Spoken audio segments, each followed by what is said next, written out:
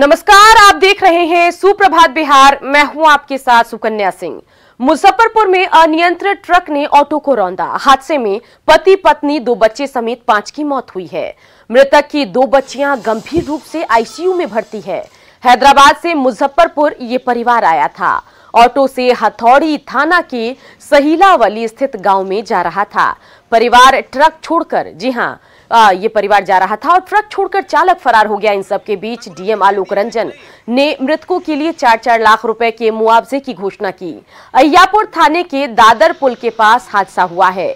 SKMCH तक चीख पुकार का नजारा देखने को मिल रहा है। प्रबंधन विभाग की ओर से 4 लाख प्रति व्यक्ति के दर से संबंधित परिवार वालों को उनके निकट संबंधियों को उपलब्ध कराया जाएगा। शीघ्र हम लोग कल ही इसको इंश्योर करा लेंगे।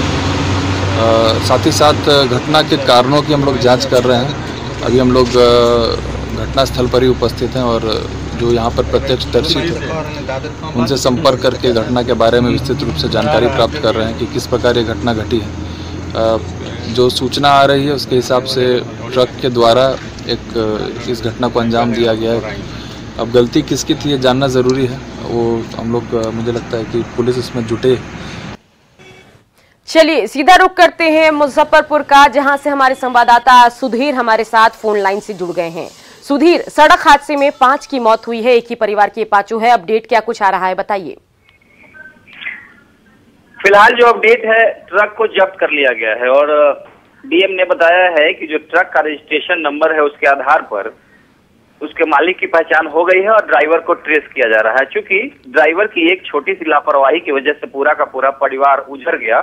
परिवार के 2 चिराग हमेशा के लिए बुझ गए और जो 2 बच्चे बचे हुए हैं उनकी भी हालत काफी नाजुक है। एसकेएमसीएच में उनका आईसीयू में इलाज चल रहा है और डीएम ने कहा है कि उनके इलाज की पूरी व्यवस्था की जा रही है। निजी अस्पताल में भी यदि उन्हें ले जाने की जरूरत पड़ेगी तो उसका खर्च जिला प्रशासन उठाएगी। तो प्रशासन काफी संवेदनशील है, क्योंकि रात में ही डीएम और एसएसपी दोनों ही वहां पहुंच गए थे। चलिए, नजर बना के रखिए सुधीर। तमाम जानकारी के लिए आपका शुक्रिया। बिहार में कहने को तो पूर्ण शराबबंदी है, लेकिन इसके बावजूद शराब की धड़ल्ले से बिक्री हो रही है। सरकार और प्रशासन का दावा है कि वो गंभीरता से इसे लागू करा रही है, लेकिन फिर भी हर दिन शराब की बड़ी खेप का पकड़ा जाना दावों की पोल खोल रहा है।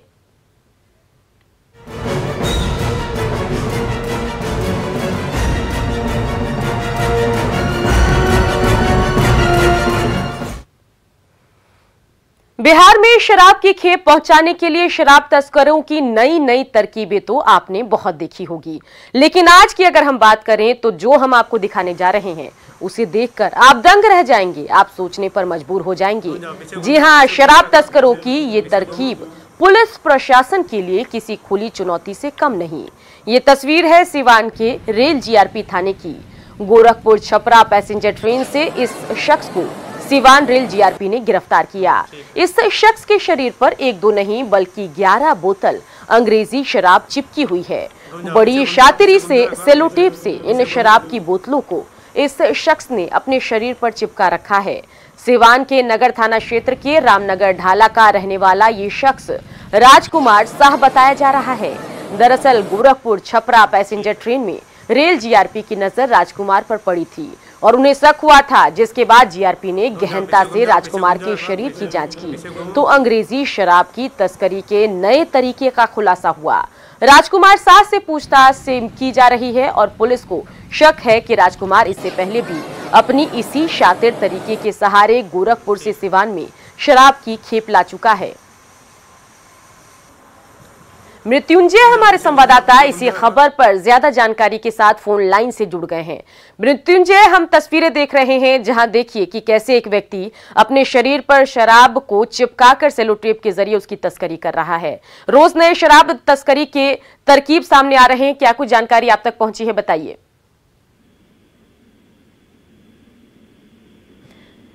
मृत्युंजय, क्या आपको आवाज मिल पा रही है? चलिए उनसे हम जुड़ने की कोशिश करेंगे, लेकिन इन सब के बीच तस्वीरें देखिए जो प्रशासन को ये दिखाने के लिए काफी है कि प्रशासन चाहे बेशक शराबबंदी के दावे करता हो, लेकिन जो शराब तस्कर हैं वो कोई ना कोई तरकीब ऐसी इजाद कर लेते हैं जिससे वो शराब तस्करी कर सकें।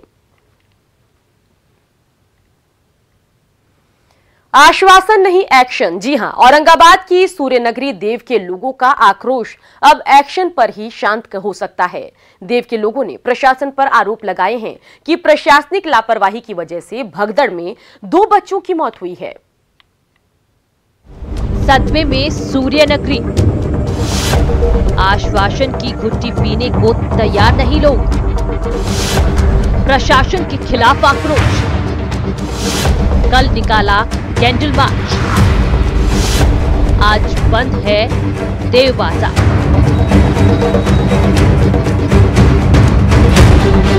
औरंगाबाद की सूर्यनगरी देव में लोक आस्था के महापर्व के दौरान मची भगदड़ में 2 बच्चों की कुचलकर मौत हो गई थी। इस घटना से देव के लोग जहां सदमे में हैं, तो वहीं प्रशासन के खिलाफ आक्रोश भी देखा जा रहा है। लोगों की माने तो पूरे मेला क्षेत्र में प्रशासन नाम की कोई चीज नजर नहीं आ रही थी। ड्यूटी पर एक भी पुलिसकर्मी तैनात नहीं थे। प्रशासन था ही नहीं। जो भी प्रशासन है सिर्फ सूर्य मंदिर के तरफ रोड पे दिखाने के लिए, डीएम को दिखाने के लिए प्रशासन को खड़ा किया गया था। और जहाँ पे प्रशासन होना चाहिए वहाँ प्रशासन था ही नहीं। खाना खा के सोया हुआ सर, लेकिन हम लोग के सामने कोई भी नहीं। डीएम आता है 2 मिनट सिग्नल दिखलाता है, चल जाता है पोखरा पर से। डीएम आता है, मंदिर पर आता है, सिग्नल दिखलाता है, चल जाता है। पुलिस दोषी है सर, प्रशासन दोषी है। अगर प्रशासन का चौकसी रहता तो सर यहाँ ऐसा घटना नहीं चाहते। क्या है आप लोग? क्या चाहते हैं आप लोग? चाहते हैं कि प्रशासन पर डीएम हो, एसपी हो, उस पर कार्रवाई होना चाहिए। पूरे मामले की जांच चल रही है और प्रशासन की तरफ से आश्वासन दिया जा रहा है कि जो भी दोषी होंगे उन पर कठोर कार्रवाई होगी। स्थिति काफी दुखद है। इसकी जांच हम लोग करेंगे। जिनकी ड्यूटी वहाँ थी, चाहे वो दंडाधिकारी हो, पुलिस हो, देव के लोग आश्वासन की घुट्टी पीने को तैयार नहीं हैं और कार्रवाई होने तक आंदोलन जारी रखने की चेतावनी दे रहे हैं। देव के तमाम लोगों ने एकजुटता के साथ सोमवार को जहां कैंडल मार्च निकाला, वहीं आज आक्रोश में देव बाजार को बंद रखा है। न्यूज़ 18 के लिए औरंगाबाद से संजय की रिपोर्ट।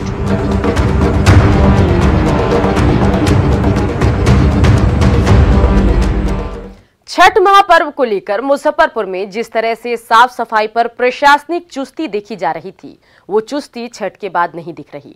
छठ महापर्व के समापन के एक दिन बाद न्यूज़ 18 की टीम ने जब शहर के आमगोला के पड़ाव पोखर, पुरानी बाजार के 3 पोखरियां और साहू पोखर पर साफ सफाई का जायजा लिया तो निराशा हाथ लगी। साफ सफाई में जो सबसे बड़ा इशूज जो आ रहा है, मतलब वेस्ट डिस्पोजल का इशू आ रहा है। लोगों में कंससनेस इतना हो गया है, एकाएक बढ़ गया है। हाँ, तो उसके लिए अभी रात में हम लोग अभी उसी के लिए समीक्षा कर।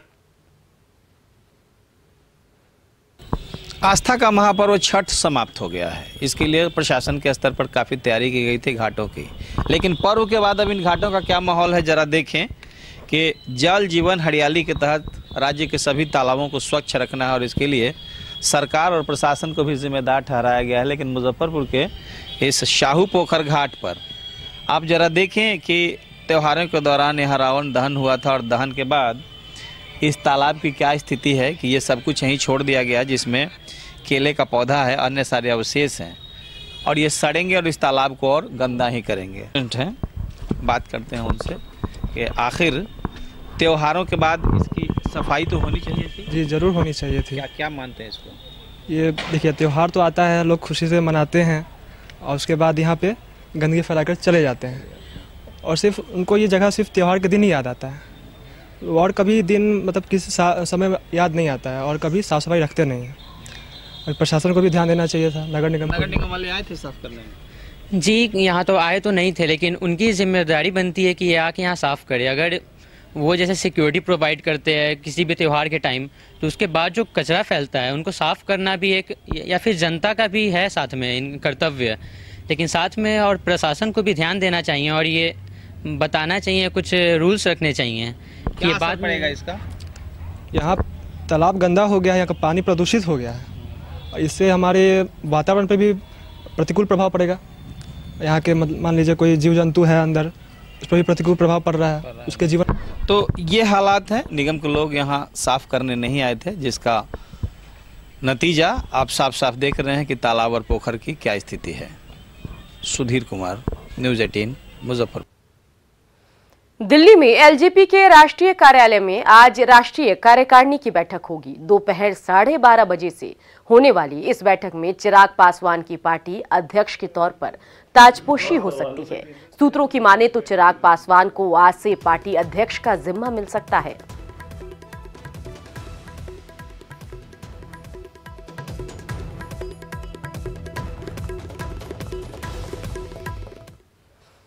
उपचुनाव में डबल जीत से तेजस्वी ने राजनीति में भले ही कमबैक कर लिया हो, लेकिन एक कुशल नेतृत्व और बतौर राजनेता के तौर पर उनकी विश्वसनीयता पर अब भी सवाल उठ रहे हैं। तेजस्वी पर सबसे बड़ा आरोप है कि वो जनता से न सिर्फ दूरी बनाते हैं, बल्कि हर बड़ी आपदा के समय वो कहीं गायब हो जाते हैं। जनता से दूरी क्यों बना रहे हैं तेजस्वी? बड़ी आपदा के वक्त कहां हो जाते हैं गायब? क्या गैर जिम्मेदार है तेजस्वी?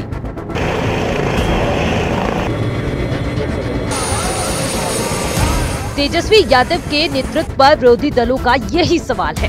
विरासत में मिली सियासत की बात कहते हुए विरोधी खेमा तेजस्वी को जनता के दुख दर्द से दूर बता रहा है।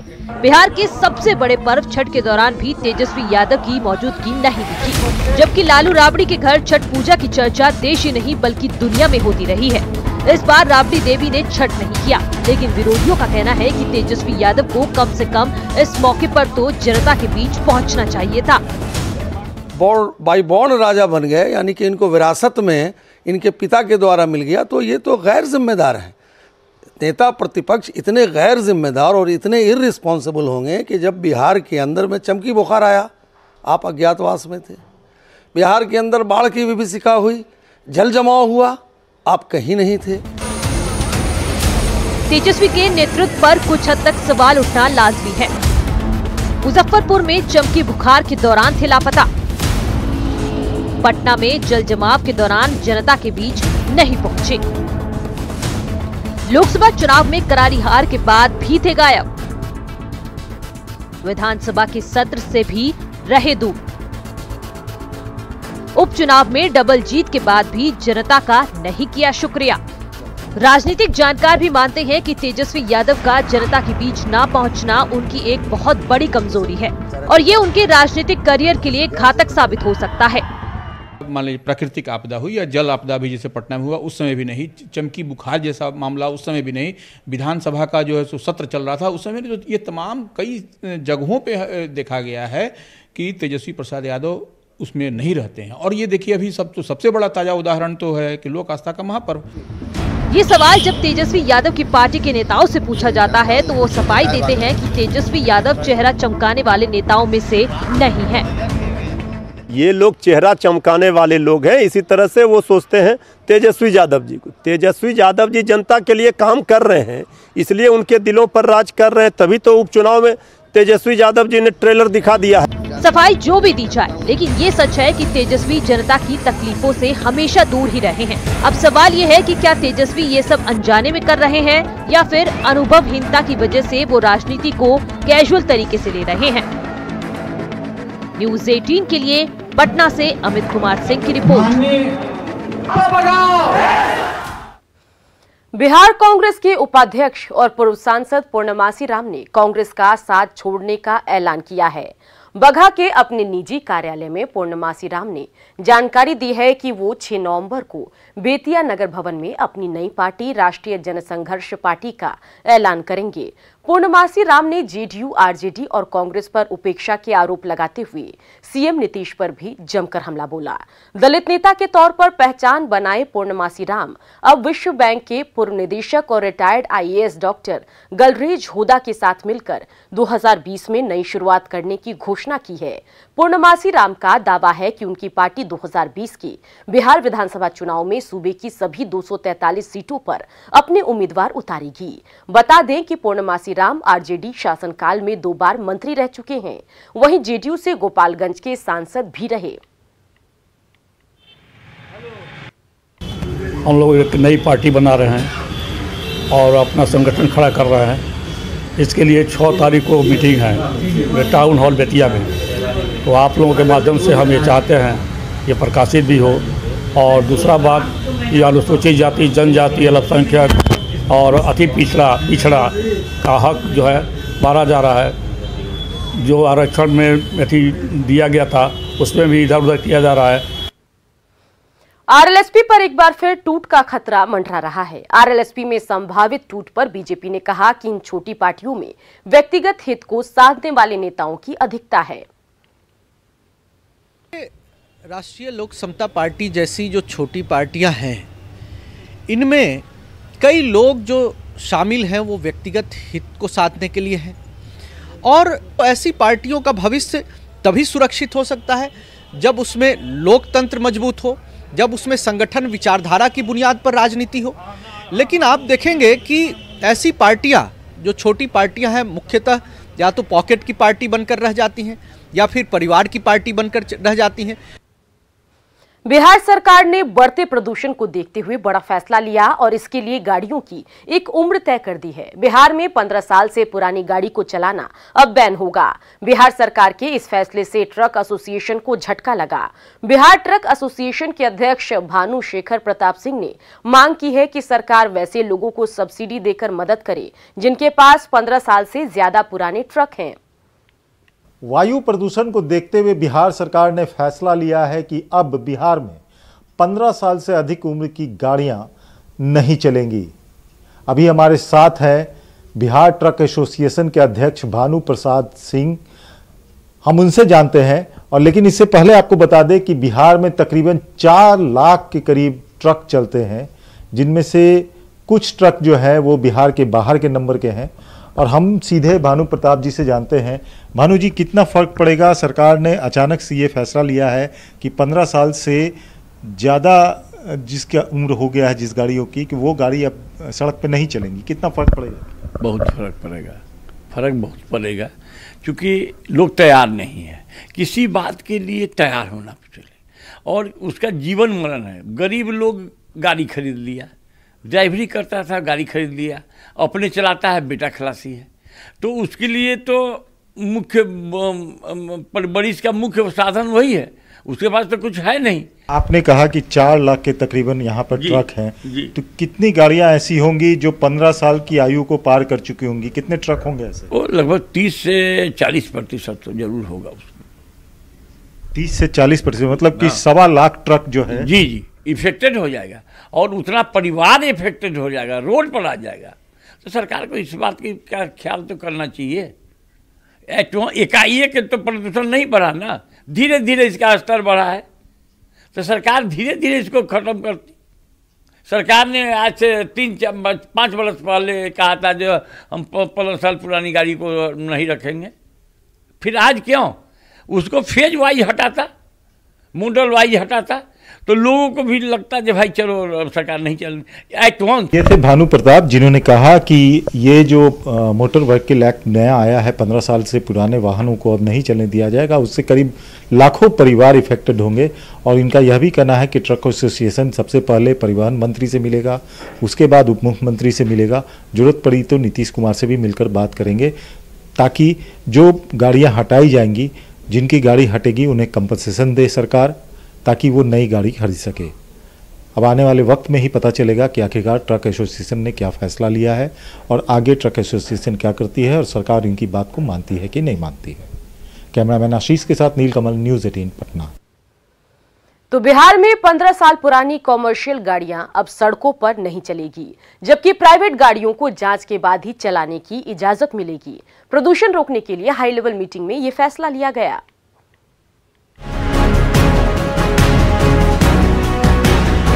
प्रदूषण ने लोगों को परेशान किया। पटना देश के टॉप 10 प्रदूषित शहरों में शामिल हुआ तो सरकार की नींद खुली। मुख्यमंत्री नीतीश कुमार ने हाई लेवल मीटिंग की और निर्णय लिया कि 15 साल पुराने सरकारी वाहनों पर पूरे बिहार में प्रतिबंध होगा। पटना में नहीं चलेंगी 15 साल पुरानी व्यावसायिक गाड़ियां। निजी गाड़ियों की फिर से करानी होगी जांच। मंगलवार से प्रदेश में होगी सघन प्रदूषण जांच। ट्रकों पर धूल वाले सामान को ढकना जरूरी। बिना ढके नहीं चलेगी नगर निगम की कचरा गाड़ी। सभी निर्माण कार्य को कवर करना जरूरी। पहला निर्णय है कि 15 साल से पुरानी सरकारी गाड़ियों को चलाने पर प्रतिबंध लगाया जा रहा है। सरकारी गाड़ियों के बारे में जो 15 साल से पुरानी है, चाहे वो निगमों की सरकारी निगम भी हो, उसके भी गाड़ी भी जो होंगी, पूरे राज्य में यह प्रतिबंध लगाया जा रहा है। 15 साल से पुरानी जो व्यावसायिक वाहन है, जो कमर्शियल वाहन है, उनको भी प्रतिबंधित किया जा रहा है, मगर वह पटना एवं उसका आसपास के क्षेत्रों के लिए होगा। ये सारे निर्णय 7 नवंबर से लागू हो जाएंगे। इस नियम के सही तरीके से लागू होने से प्रदूषण लेवल कम होगा, लेकिन ये सब भविष्य की बातें हैं। फिलहाल तो हालात ये हैं कि पटना सहित मुजफ्फरपुर और गया का प्रदूषण लेवल खतरनाक स्तर को पार कर गया है, जो चिंताजनक है। न्यूज़ 18 के लिए पटना से रवि एस नारायण के साथ ब्यूरो रिपोर्ट। आप न्यूज़ 18 सिर्फ 10 पैसे में पूरे महीने देख सकते हैं। आज ही अपने डीटीएच या केबल ऑपरेटर से संपर्क करें या फिर ऑनलाइन सब्सक्राइब करें। साथ ही बिहार की खबरों के लिए आप लॉगिन कर सकते हैं news18bihar.com पर।